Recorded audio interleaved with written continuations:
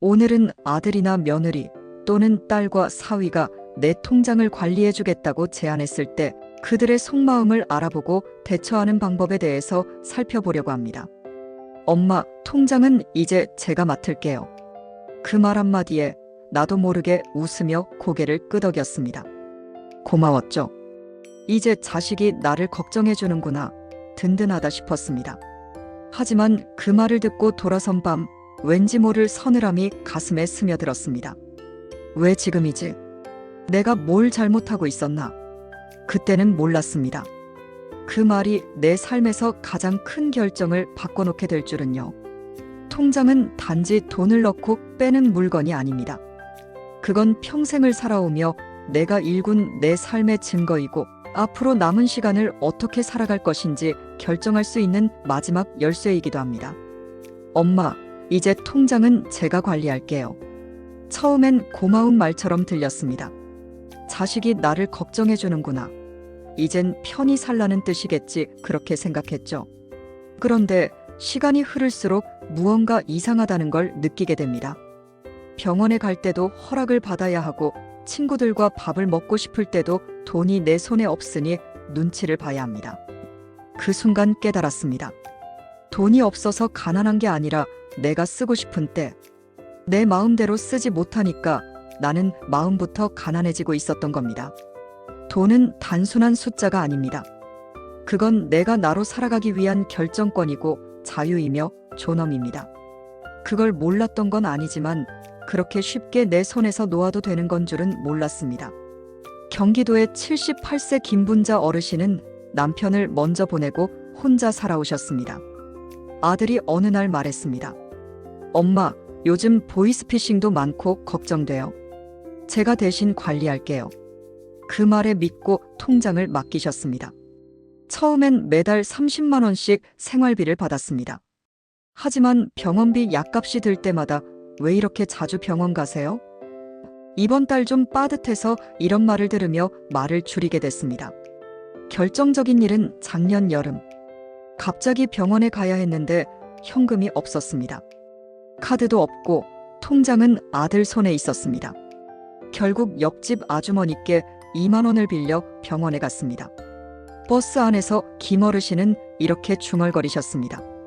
내가 평생 벌어서 모은 돈인데 왜 내가 허락을 받아야 쓰는 걸까? 나는 언제 이렇게 작아졌지? 대구 동구의 최경자 어르신은 81세입니다. 남편 없이 혼자 지내며 연금과 적금으로 살고 계셨습니다. 며느리는 공손하게 다가왔습니다. 어머님, 저희가 다 챙겨드릴게요. 통장도 맡고 약값도 알아서 드릴게요. 믿음이 갔고 맡겼습니다. 하지만 몇 달 뒤 이상한 점을 느꼈습니다. 연금이 너무 빨리 줄어드는 듯했고 내역을 확인하려 했지만 며느리는 제가 정리해드릴게요. 신경 안 쓰셔도 돼요. 라고 했습니다.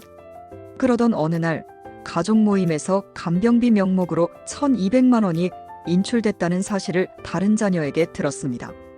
너무 놀라고 혼란스러웠지만 신고는 하지 못했습니다. 내가 아까운 건 돈이 아니야. 사람을 믿었다는 게, 그걸 뺏겼다는 게, 그게 더 아파. 서울 은평구의 76세 이명순 어르신.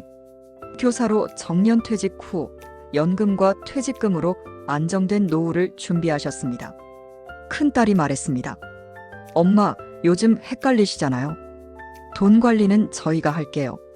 정중한 말에 마음이 놓여 맡겼습니다. 하지만 그 후 카드는 한도가 정해져 있었고 5만 원 이상은 사용할 수 없었습니다.